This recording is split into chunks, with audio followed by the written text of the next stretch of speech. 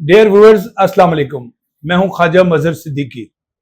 इर्तिका के स्टूडियो में आज हमारे मेहमान बने हैं मुमताज़ माहिर तालीम, जो एक अच्छे मुंतज़िम हैं, बेहतरीन मौल्लिम हैं और उनके पास एक बहुत बड़ी जिम्मेदारी है कि वो जनूबी पंजाब की सबसे बड़ी दरसगाह में एक हॉस्टल के इंचार्ज भी हैं। मैं उनकी शख्सियत से बहुत मुतासिर हूँ और मैंने उनसे हमेशा जब जब मुलाकात हुई है यूनिवर्सिटी में या यूनिवर्सिटी से बाहर, उनसे बहुत कुछ सीखा है। मैं चाहता था कि हमारे व्यूवर्स भी, ख़ास तौर पर नौजवान तबका जो यूनिवर्सिटी में ज़ेर तालीम है, वो उनसे मुलाकात करे, उनसे गुफ्तगू करे और मेरे सवालात के जवाब सुने और उनसे कुछ सीखने की कोशिश करे। आज हमारे स्टूडियो में मौजूद हैं जनाब प्रोफेसर डॉक्टर अब्दुल कदीर राना साहब। अस्सलाम वालेकुम सर। वालेकुम सलाम। राना साहब, कैसा लग रहा है आपको कैमरे के सामने? ये लाइट्स हैं, स्टूडियो है। अल्हम्दुलिल्लाह बहुत अच्छा लग रहा है। अच्छा। और आपको पता है कि जो है ना, कैमरा तो आजकल जो है ना, आजकल के दौर में एक चार्म बन चुका है, जिसके सामने आना जो है ना एक खुशनसीबी की बात है। बहुत बड़ी बात। डॉक्टर साहब, आपका ताल्लुक जो है वो मुल्तान से है या कहीं और से बिलोंग करते हैं आप? नहीं, मुल्तान में तो एक्चुअली मैं यहाँ पे एसोसिएट प्रोफेसर हूँ बीजेडी के अंदर। वैसे मेरा ताल्लुक कसूर से है। कसूर के जो है कस्बा है छंगा मंगा, वहाँ से मैं भी हूँ। आप छंगा मंगा के? जी। अच्छा डॉक्टर साहब, आप इस वक्त तदरीस से वाबस्ता है और मैं देखता हूँ कि आप बड़ी मेहनत से, लगन से और पैशन से नौजवान नस्ल को पढ़ा रहे हैं। क्या आप ये समझते हैं कि ये जो अब लाट हमारे पास आई है, बच्चे नौजवान यूनिवर्सिटियों में, क्या ये तालीम के हसूल में मगन हैं, दिलचस्पी रखते हैं, या बस फॉर्मेलिटी के लिए या ऐश के लिए यूनिवर्सिटियों में आते हैं? मैं ये पर्सनली ये समझता हूँ, हम यूनिवर्सिटी के अंदर भी इस बात पे अक्सर हमारी डिस्कशन रहती है कि यार जिस वक्त हम लोग स्टूडेंट्स थे ना, मतलब आज से आप चलें कि 10-15 साल पहले की बात है, या आप 15-20 साल चले जाए जब हमने एफएससी की होगी, उस वक्त मैं ये समझता हूँ कि शायद हमारे पास ये रिसोर्सेज नहीं थे।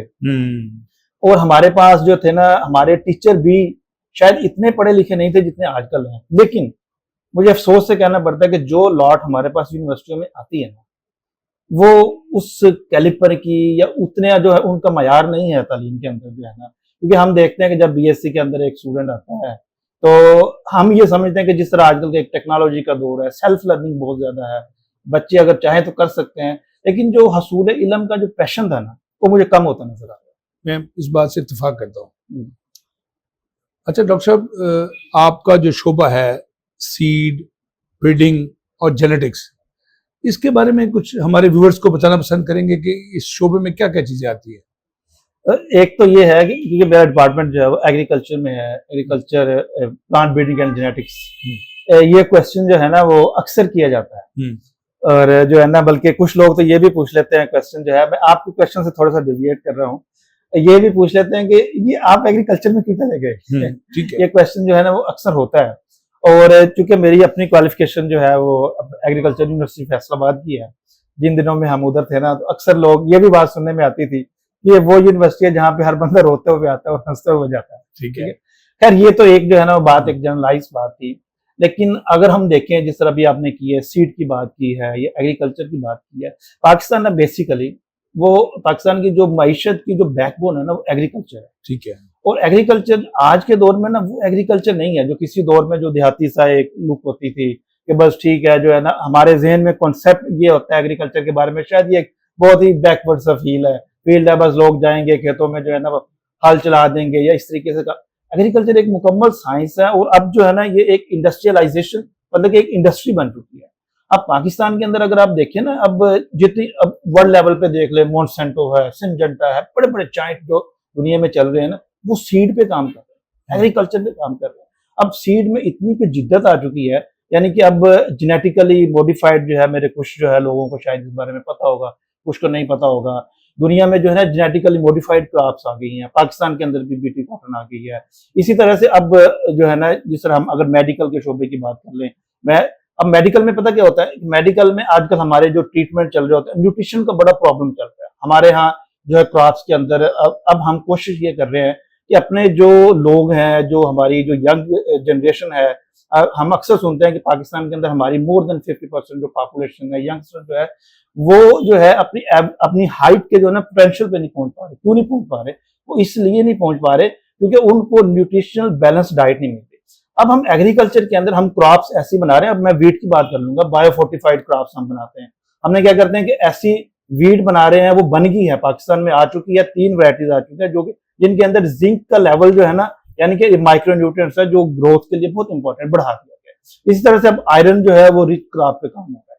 तो इसलिए जो सीड सेक्टर है ना, ये आप ये कह लें कि इस वक्त मोस्ट इंपॉर्टेंट और इंटरेस्टिंग जो है ना वो सेक्टर है। हम ये चाहते हैं कि थ्रू न्यूट्रिशन जो है ना एक मेडिकल को भी सपोर्ट किया जाए, थ्रू न्यूट्रिशन जो है ना अपने क्रॉप्स में ऐसी चेंजेस जो है ना वो लाई जाए कि उनकी न्यूट्रिशन को इम्प्रूव किया जाए, और थ्रू न्यूट्रिशन जो है ना अपना डिजीज वगैरह से, हंगर से फाइट किया जाए, और जो हिडन हंगर है या माल न्यूट्रिशन है उसके साथ भी फाइट किया जाए। अच्छा डॉक्टर साहब, ये तो बहुत तफसीली जवाब दिया आपने कि आप किस तरह इस शोबे में आए और किस तरह आप इस शोबे में कामयाबी के झंडे गाड़ रहे हैं। डॉक्टर साहब, आपने पीएचडी कहाँ से की, किस मुल्क से की? एक्चुअली मेरी जो है ना पीएचडी तो है फैसलाबाद यूनिवर्सिटी से, मेरे पास इंडिजिनस स्कॉलरशिप था, लेकिन during that time I was blessed enough, I got an opportunity कि मुझे जो है वो यूएसए में जाने का जो है इत्तेफाक हुआ। यूएसए में कैलिफोर्निया के अंदर जो United states department of agriculture था, वहाँ पे मैंने जो है ना एक एज ए रिसर्च साइंटिस्ट का जो है ना वो काम किया, और वहाँ पे बहुत कुछ जो है वो सीखने का वो काम जो था ना एक्चुअली मेरे पीएचडी का ही वर्क था, पीएचडी का ही एक पार्ट ऑफ रिसर्च तो ना आई डिड फ्रॉम देयर, और बाकी काम जो है वो मैंने फैसलाबाद यूनिवर्सिटी से किया। अच्छा डॉक्टर साहब, एक तरफ आप तालीम के फ़रोग के लिए यूनिवर्सिटी में नौजवानों पर मेहनत करते हैं, दूसरी तरफ आपका जो रिसर्च का काम है वो भी जारी है। जी जी। मैं ये देखता हूँ कि आज का जो नौजवान है जो यूनिवर्सिटी में आता है, कुछ गैर जिम्मेदार सा महसूस होता है। आप इस हवाले से क्या कहते हैं? बिल्कुल ऐसे ही है। हमने एक्चुअली जो हमारी तालीम के अंदर ना एक तरबियत कंसेप्ट है ना, वो ना मैं समझता हूँ खत्म हो चुका है। उसमें ना बहुत सारी चीजें आ जाएंगी। एक तो आप ये भी समझ लें कि अब जो हम पेरेंट्स हैं ना, हमारे हाथ में भी मोबाइल आ गया।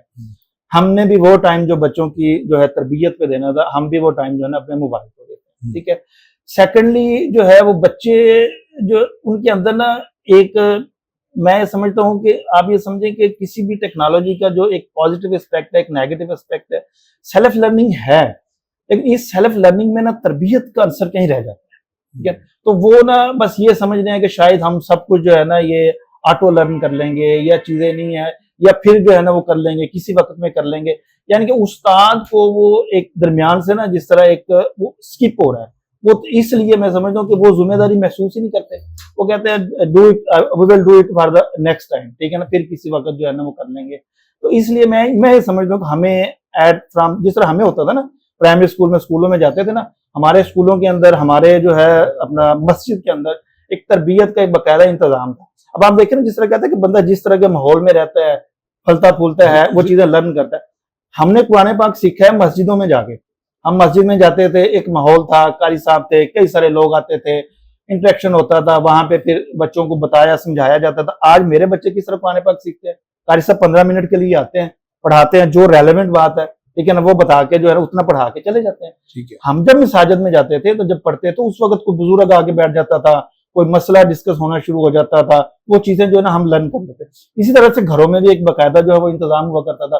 घर में जो बड़े थे, अपना आप कह लें कि पेरेंट्स कह लें, ग्रैंड पेरेंट्स कह लें, वो स्टोरियां भी सुनाते थे, कहानी सुनाते थे बच्चों को, जिस तरह आप माशाल्लाह इस पे काम कर रहे हैं कहानी घर के प्लेटफॉर्म से, तो वो सुनाते थे, इससे बच्चे लर्न करते थे।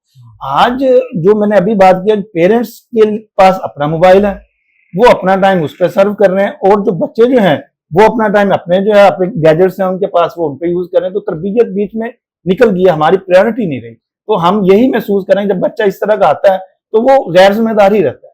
अच्छा डॉक्टर साहब, तरबियत का मरकज घर है, जी जी बिल्कुल, तालीम का मरकज स्कूल है, ठीक, और तहकीक का मरकज वो यूनिवर्सिटी, यूनिवर्सिटी है। जी। तो जहां आप तहकीक के लिए एक नौजवान को भेजते हैं, तो क्या आप देखते हैं कि आज का नौजवान जो यूनिवर्सिटी में दाखिल हो गया है, वो 4 साल के लिए यूनिवर्सिटी में आया है और उसने एमएस करना है, बीएस करना है, तो क्या वो वाकई तहकीक के मैदान का आदमी है या नहीं है? सर अनफॉर्चुनेटली हमारी जो है ना ओवरऑल अगर हम देखें, हमारे यहाँ ना इस चीज का आप फुकदान समझ लें कि हमारे यहाँ बच्चे ना ये देख के मतलब अगला वो बंदा तहकीक कर रहा है, रिसर्च कर रहा है, मैं भी रिसर्च ही करूंगा। वो बंदा ये काम कर रहा है, मैं भी ये काम ही करूंगा। देखा देखी का हमारे यहाँ ना देखा देखी काम हो रहा है, भीड़ चाल है। हमारे यहाँ भेड़ चाल आपके लिए। हमारे यहाँ ये नहीं है कि जिस तरह से एक बंदे का एटीट्यूड क्या है कि वो उसको क्या काम करना चाहिए। अब एमएससी में एक बच्चा आता है, मतलब मैं लिटरली ये समझता हूँ कि एक बंदे ने एमएससी की है ना, पीएचडी उस बंदे को करनी चाहिए जो वाकई ही जो है ना ऐसा एटीट्यूड रखता हो कि मुझे वो रिसर्च का बंदा है कि मैंने रिसर्च करनी है। लेकिन यहाँ पे क्या होता है, जिसको जॉब नहीं मिलती वो पीएचडी शुरू कर लेता है, या वैसे ही वेला फिर एमएससी करके वो कहता है चले मैं पीएचडी कर लूंगा। जब ऐसा बंदा पीएचडी करने आएगा जो कि मजबूरी के तहत कर रहा है, तो फिर वो उस वक्त को ना मजबूरी में ही गुजारता है। तो इसलिए मैं ये समझता हूँ कि हमारे यहाँ यूनिवर्सिटियों के अंदर इस चीज का फुकदान है कि हम जो बच्चे एमएससी कर रहे हैं या पीएचडी कर रहे हैं, फिर हम लोग भी ऐसे ही हैं। हम लोग भी देखें ना, अब जो टीचर्स हैं उनको भी चाहिए जितने बच्चे हैं उनको प्रॉपर टाइम दें, ठीक है ना, वो प्रॉपर जो है ना, उसके बाद हमें रिसोर्सेज भी चाहिए। अनफॉर्चुनेटली हम तीनों जगह पे लैग कर रहे हैं, हमारे पास उतने रिसोर्सेज नहीं है जो रिसर्च के लिए चाहिए। उसकी वजह से हमें क्या होता है, हमें लगी वही रिसर्च करनी पड़ती है कि यार ये वाली कर लो, इसमें ठीक है बस काम चल जाएगा। हमें भी पता है, बच्चे भी कहते हैं कि हमने डिग्री लेनी है, वो भी डिग्री लेके चले जाएंगे, बाद में फील्ड में जाके देख लेंगे। आगे जो बंदा पीएचडी में आता है, हमें पीएचडी भी ऐसे ही करवाना पड़ती है कि यार ठीक है बस जितने के रिसोर्सेज है ना उसमें कर लें। इसलिए रिसोर्सेज, प्रेफरेंसेस, जब तक इन चीजों, ये चीजें हमारी प्रायोरिटी नहीं बनेंगी उस वक्त तक हमारा बच्चा जो है ना वो तहकीक के मैदान में पीछे ही रहेगा। अच्छा डॉक्टर साहब, एक यूनिवर्सिटी का तालिब इल्म है, उसको घर में कितनी देर पढ़ना चाहिए? मैं ये कहता हूं कि उसको पढ़ना चाहिए, देर को मैं डिफाइन नहीं करूंगा।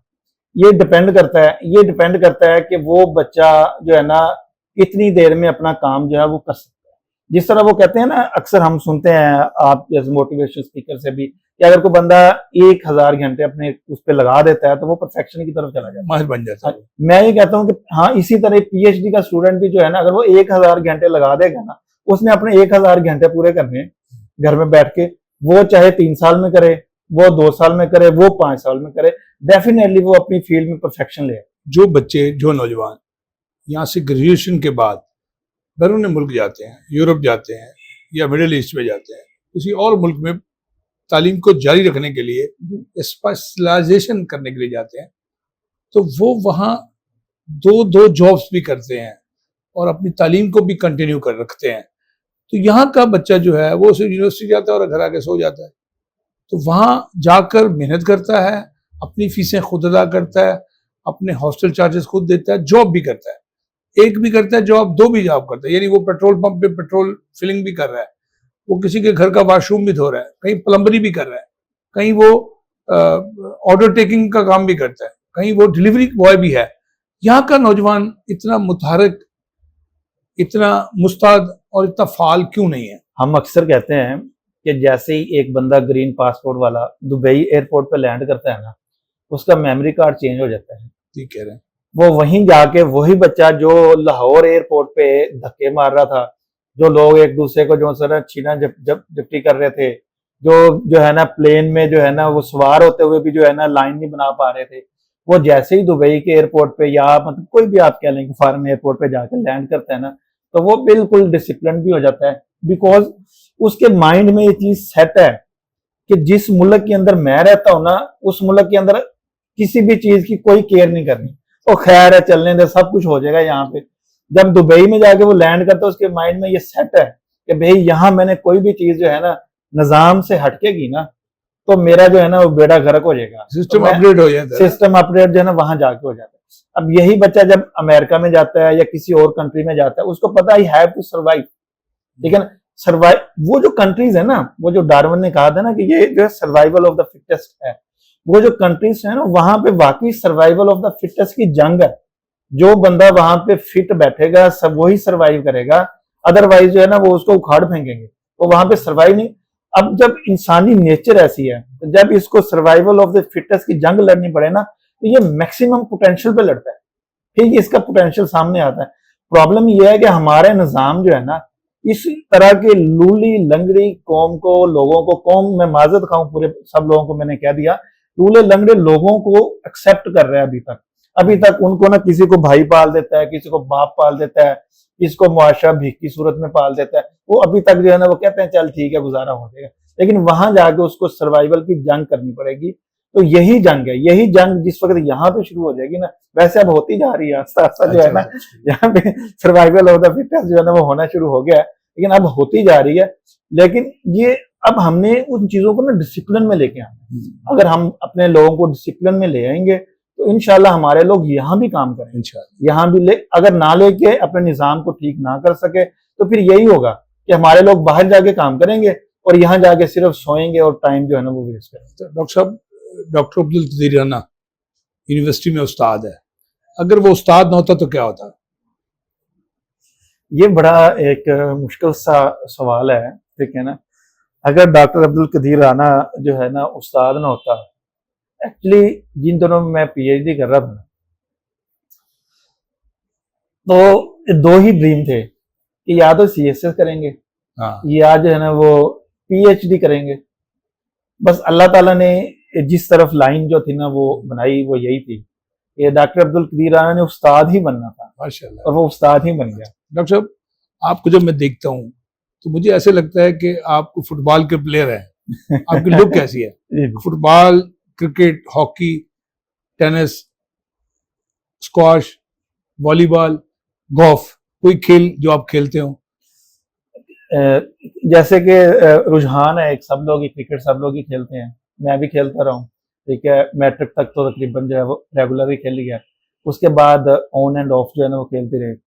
उसके अलावा ना मैं कंसिस्टेंसी से तो नहीं कहूँगा, लेकिन मैं ना हल्की फुल्की एक्सरसाइज ना रूटीन में खुद को रखता हूँ। मतलब मैं जो है ना वर्कआउट, मतलब आप ये कह लें कि जब मुझे ये पता चल जाता है ना कि अब मेरा वेट 3 kg बढ़ गया है, 2 kg बढ़ गया है, तो फिर मेरे ये अटेम्प्ट होती है कि अब मैंने ये 2-3 kg नेक्स्ट मंथ के अंदर, 2 मंथ के अंदर इसको वापस लेके आना है, उसको वापस ला के करके, ठीक है ना। इसी तरह वॉक वगैरह भी मैं जो है ना, जिस तरह एवरी वीक जो है, अगर डेली नहीं, हफ्ते में 3-4 दिन ऐसे जरूर होते हैं कि मैं बॉडी को अपनी को ना देता हूँ, तो इसीलिए शायद जो है वो अल्लाह ताला का शुक्र है। डॉक्टर साहब, 3 काम है कि आपको बताया जाए इनमें से कौन सा काम करेंगे। एक ये है कि आपको साइकिल दी जाती है कि आप साइकिलिंग करें, और दूसरा ये कि आपको किताब दी जाती है कि पढ़ें, तीसरा ये कि आपको जीप दी जाती है कि आप ट्रैवलिंग करें नॉर्दर्न एरिया की तरफ। आप इन 3 में से कौन सा काम करना पसंद करेंगे?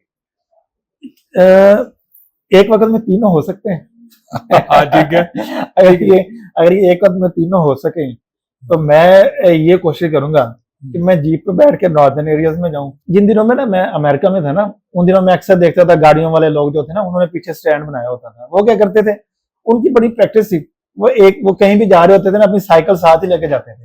उन्होंने 1 मिनट के अंदर जो है ना वो साइकिल का आगे वाला टायर खोलना, स्टैंड पे जो है ना वो टायर डिग्गी में रखना, और जो है ना वो साइकिल को जो है ना वो स्टैंड पे कस देना। यानी कि वो गाड़ी जा रही है, पीछे जो है ना उसकी साइकिल भी लगी हुई है। अब उन्होंने जाना कहीं पे, जाके गाड़ी को पार्क करना है, साइकिल उतारना, 1 मिनट में दोबारा फिट किया टायर और चले गए। तो मैं ये, अगर जिस तरह आपने क्वेश्चन किया, मैं ये चाहूंगा कि मैं जीप पे बैठ के जाऊं, बुक उसके अंदर हो, रास्ते में जाते हुए किसी जो है ना होटल पे रुकूं, वहां जाके चाय का कप पीऊं, 15-20 मिनट, आधा घंटा जो है ना अपनी मर्जी की चीजें जो है वो रीड करूं, फिर चला जाऊं। जब मैं कगान या नहरान पहुंचूं, वहां जाके गाड़ी को साइड पे साइकिल ले लूं। क्या बात, वो साइकिल जहां तक जा सकती है ना, बस मैं उस पर जाता हूँ। बहुत शानदार से। इसलिए मैं चाहूंगा कि तीनों काम एक वक्त ही हो जाए तो बहुत अच्छा है। अच्छा डॉक्टर साहब, आपने बहुत उम्दा गुफ्तगू की, जी चाहता है आप बोलते रहे और मैं सुनता रहूं, वक्त महदूद है। आप 10 साल बाद डॉक्टर अब्दुल कदीर राना को कहाँ देखते हैं?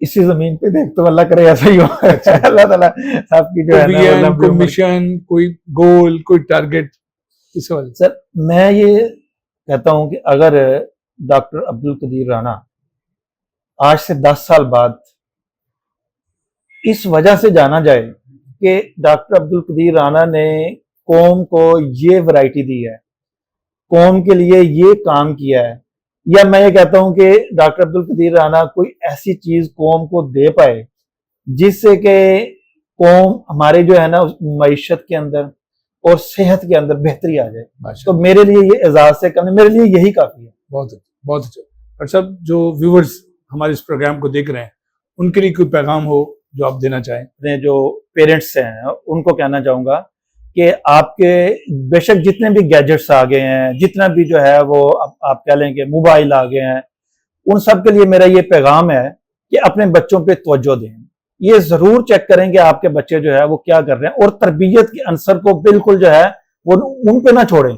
अपने बच्चों की तरबियत खुद करें, और आप इंशाल्लाह जो है जब खुद तरबियत करेंगे तो आपको इसका रिजल्ट भी नजर आएगा। बहुत शुक्रिया। ख़वातीन और हज़रात, ये थे मुमताज़ माहिर तालीम, अज़म जवां, बाहिम्मत और हौसलामंद हमारे दोस्त डॉक्टर अब्दुल कदीर राना।